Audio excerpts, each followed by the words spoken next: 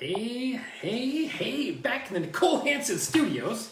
Yes, we are. Before a live studio audience. Oh, no? Yeah, it is kind of a live studio audience, isn't it? What are we on, a game show? Are we on the real estate game show today? Tag some friends. Oh, Jessica's watching. Hey, Jess. Hey, Cynthia. We got to kind of scoot close so we can see the screen. At least me, anyway. Yeah, I can see it. Oh, yeah, he's got 20/20 vision. He's perfect. I forgot. Whatever. I'm deaf. If that helps you, if you'd like to, knock me down a few pegs.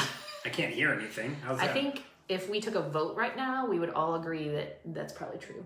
Got to shrink that ego head a little bit. Oh, no, I don't find myself to be egotistical. Okay. Confident, yes.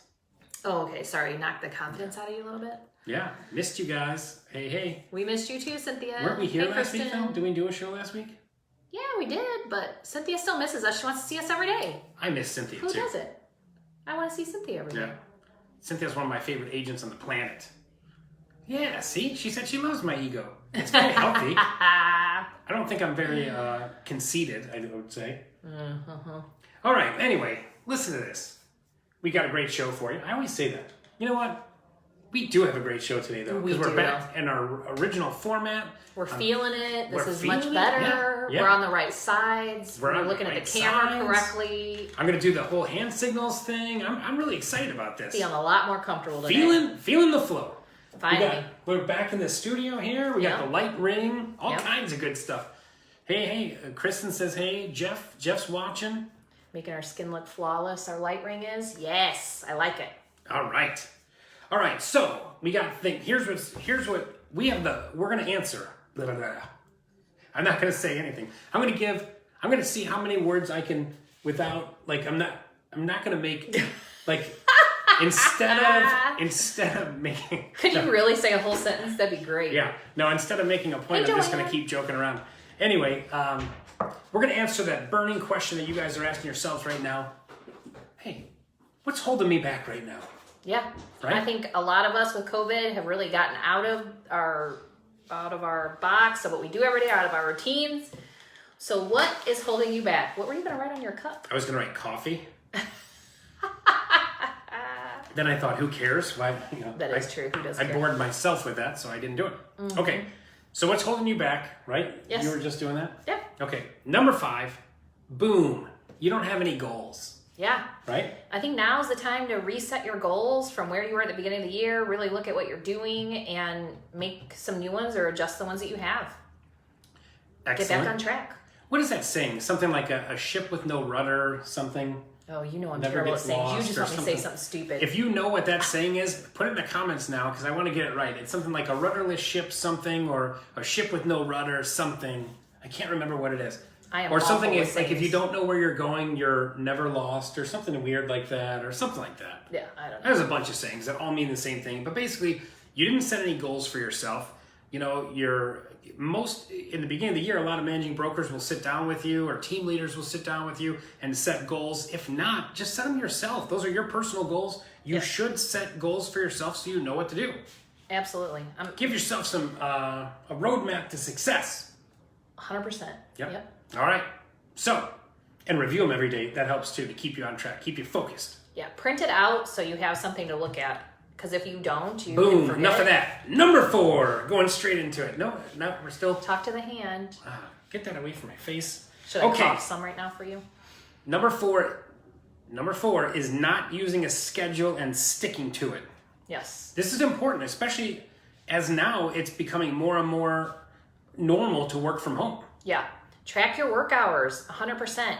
You'll think, oh man, I worked really hard this week. And then if you actually track your hours, you're like, man, I only worked like 25 hours. How did that happen? Right? Yeah, for sure. Especially if you're not showing results and you're trying to figure out what's going on. That's a good way to do it first thing.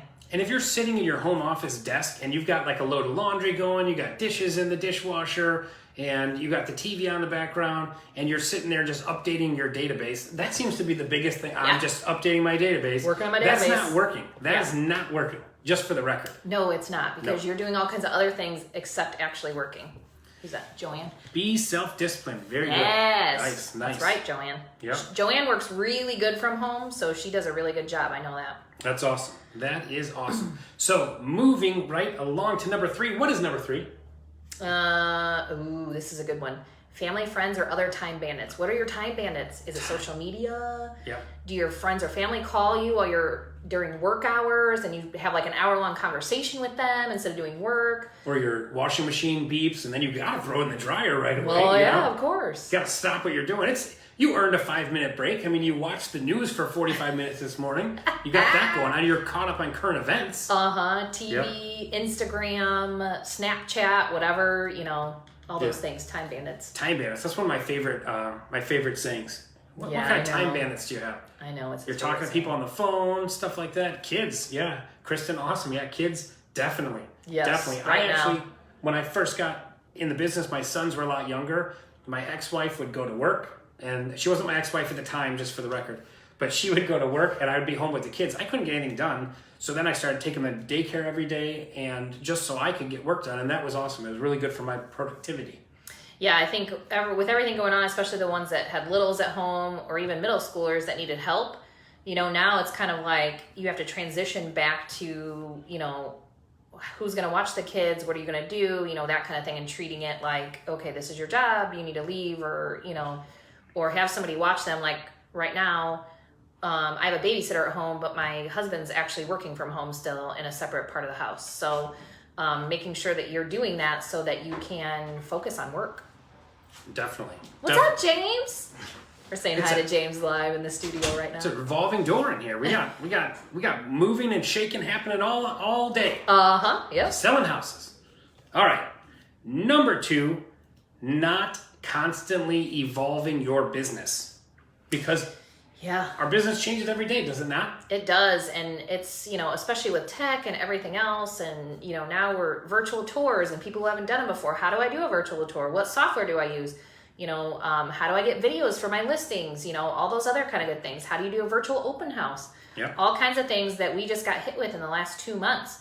For those that aren't, super techie, you're gonna have to learn how to be super techie. So constantly trying to work on, evolve your business, new lead gen, new ways of showing houses, all kinds of different things right now that need to be changing. Yeah, you can look at, hey, where this listing just got on the market, where did it come from? Who got it? How come I didn't get it? Things like that. Work. Yep. Right? Yep. All right, we ready for the number 1?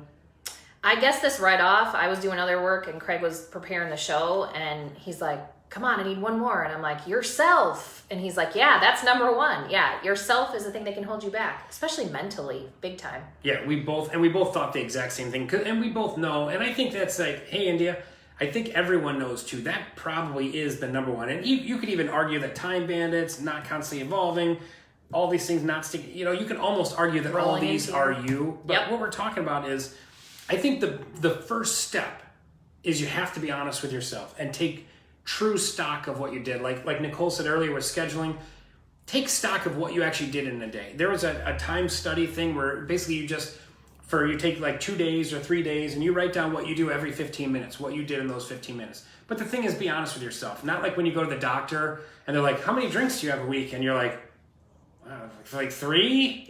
And you're like, normally like you go out and you might have 6. And you might go out 5 days a week, Whatever. Whenever I tell my doctor at the VA, I'm like, oh, yeah. They're like, how many drinks? I'm like, 117. They're like, do you want to talk to an alcohol counselor? I'm like, no, I got it figured out. So anyway, I don't drink that much. Anyway, so, so that's the thing. Be honest with yourself. And I think if you can't, or you're like, okay, I'm being honest with myself and you're still not getting results, have somebody that you trust or a mentor or somebody who does well in the business. Hey, can you look at what I'm doing to see what I need to do? And they may call you to the carpet and say, dude, you're really not being honest with yourself. You're saying you're working like 60 hours a week. Your schedule shows like 35, right? Yeah. So sometimes some people aren't good at introspective, and that may be where you need some outside assistance with that. I might have to Google that. You don't know what introspective means? No, I do. Oh, okay, just checking. I'm just making you look smart for a minute.